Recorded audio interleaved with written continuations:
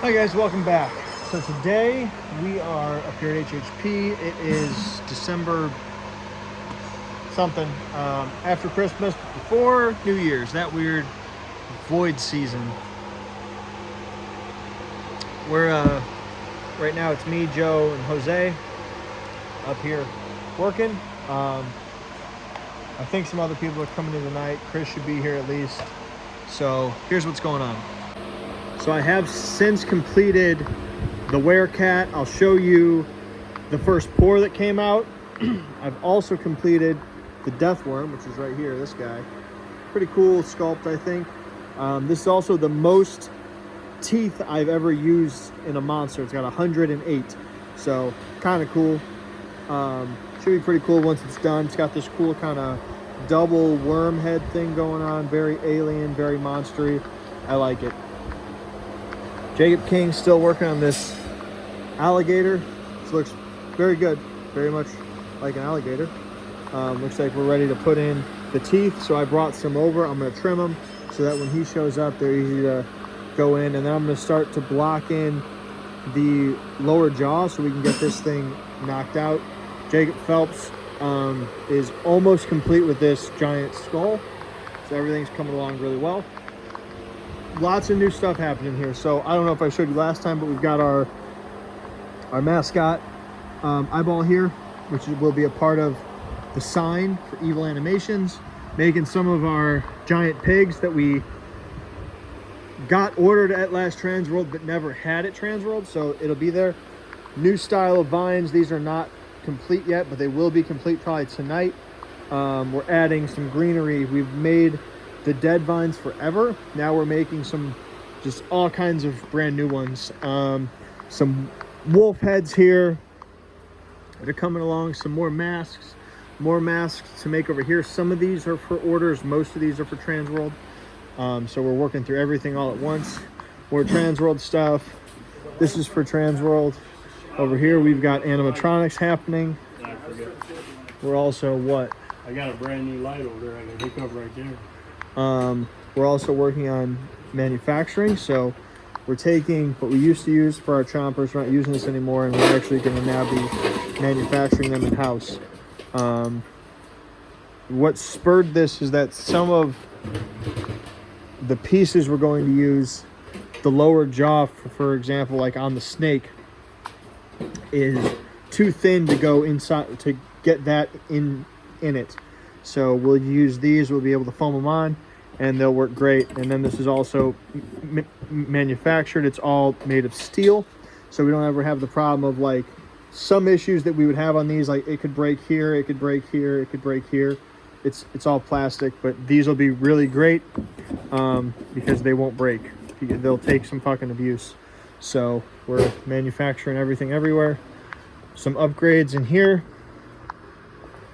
We've got brand new 3D printer, so we can start to make some parts and pieces that we need for certain things. Still having some issues hooking this up because it really wants to be connected to Wi-Fi. We don't have Wi-Fi here. I do have a hotspot, but it won't like identify the hotspot. I don't know what's going on. Got a new TV in here, got another TV in here. This one's in here because it has a VCR and we like VHS. Got a new projector so that we can do carving for the new sign. So there's tons of stuff happening. Started adding some decorations in here and stuff. Got a new light switch, like this Frankenstein light switch deal. Pretty cool. And then started putting up all these things that I've collected through my travels. All kinds of pins when we went to Alaska. These things I found, Alan Hops. Different patches when we went to see Kiss. Scarlet badges, love those guys. Lots of just cool shit. Also all kinds of postcards and things all around here. So yeah, the office is turning out pretty cool, but we got a lot of work to do. Like I said, I'm trying to mold the death worm right now, but it's very wet, so I need to let that dry out a little bit before I go to put on a mold wall. Otherwise I'll just end up screwing up the sculpture, and it also won't take the plaster very well because it's just going to be so wet. So if I let this dry out some, it'll take the plaster a lot better. The mold wall won't screw it up, and it's just overall better for molding. So while I'm waiting for that to dry out, I'm going to start to bulk in the lower jaw for this alligator. If Jacob's not here tonight, I will get this one totally molded. If he's not here, I'll start to mold this one also, because I need these to be done. It's these are taking a long time, and we need to move on. So yeah, let's do it. All right, guys. Next day, I will be up at HHP again to show you what's going on, but I had to come up here to the haunt. We've been opening the gift shop every weekend. So this is owning the property, owning the haunted house, owning the gift shop, all that stuff. It's been an ongoing thing. So now, like, we have the property for every 365 days. We have the ability to monetize off it, and we need to. So what we've been doing is we've been opening the gift shop every weekend. Right now we're open one day a week, Saturdays from 10 to 4. It's been pretty good. I mean, we're not making tens of thousands of dollars, but we're making some money each weekend, which is nice. We're selling products. We've also only been doing it since, like, I think this has been like the 4th weekend that we've been open, so like a month. And it's not bad. The fact that we have people showing up each weekend is cool. So, and the idea is pretty much selling anything is much better than being closed and selling nothing. So we're also starting to come up with these other events that we can do to bring in more business, and start to do more just activities here to get people in the door and spending a small amount of money. So one thing we're holding this weekend is an arcade high score tournament. So we have all these arcade games in here.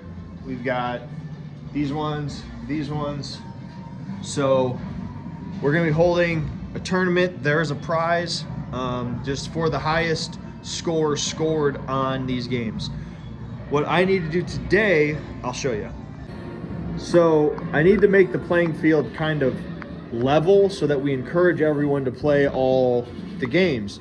If you look, okay, for example, the high score on this game is 4,630 points. The base score right here is 33,000. I'm not sure what the high score is on here. Yeah, here you can see there's 10 million is like a high score on this. So clearly the pinball and these other games are not equal with the high scores. So what I'm going to do to make these like an even playing field is I'm going to play all these, see what kind of, on a good run, what's a base high score, and then I'm going to put a multiplier. I'm pretty sure this is the highest scoring game because you can score like millions of points. So this one won't get any kind of multiplier, but to make them all equal, I'm going to be putting in a multiplier on all these games. So whatever score you get times whatever's on top, that's your score. So we'll be keeping track of scores all day. It's going on for like, I think it's like 11 hours. So it's like 10 o'clock in the morning till like 8 or 9 at night. So it's going all day long. So yeah, lots of fun. So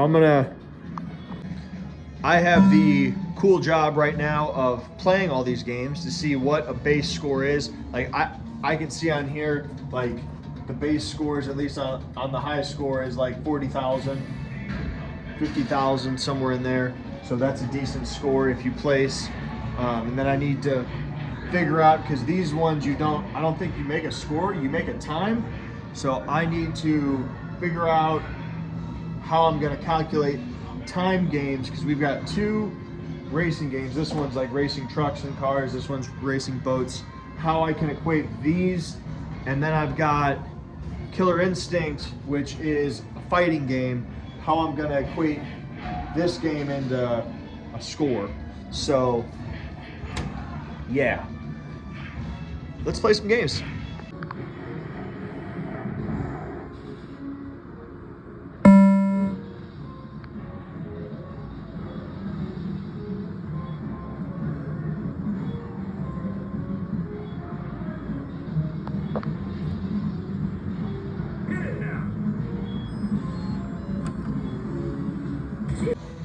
All right, guys, it's been a little bit.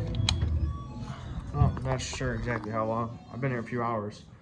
Playing the games, making sure everything works, all that good stuff, and then making up my multiplier cards. So here's what we got. Essentially, these games all scored around 10,000 points on just an average run. And I just played them one time, trying to do the best I can. I'm an average player. I'm not great, but seeing where I got, and each one scored about 10,000 points. So I gave them all a times 100 multiplier. So that will make a 10,000 point run be about a million points. The reason is because this Ninja Turtles, I did a few runs. One run was really bad. The balls just went right in, so I got like 700,000 on that. Middle run, I got like 1.6 million points, and then the best run I had, I got 2.7 million points. You can score huge on this game. For example, if you hit a skill shot just off of this, where you shoot a ball out, it plays in, and if you can hit it up one of those ramps, you score 750,000 points right away. And you can actually hit it multiple times if you can hit it.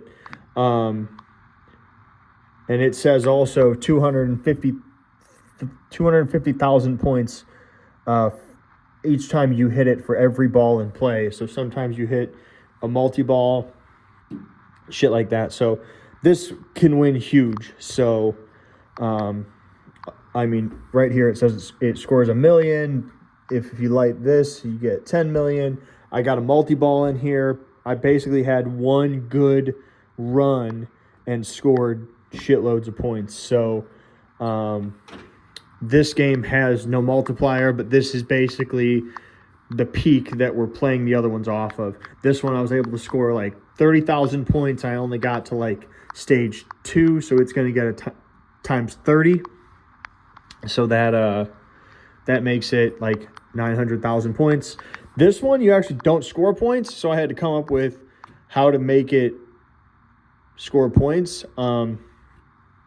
It is kind of hard if you don't know the moves, especially like legitimately like the computers were just like mashing the same fucking move over and over again. So I basically made it one win is 500,000 points. I won like 2 or 3 games in this, so I'm not great at fighting games. And then the racing games, you can choose different maps that are easier and also different vehicles that are easier. So I made it, again, it's hard to go off of like the time and you don't really score points.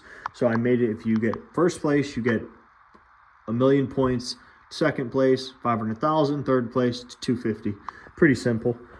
So yeah, there's also some other kind of tactics to play this. Like for example, this game, you can score 1 million points and it only costs 1/4 instead of all the other ones, which all cost like 50 cents, except for this one, which costs 75 cents. So there's some tactics there if you want to minimize the amount that you spend, but maximize the amount that you win.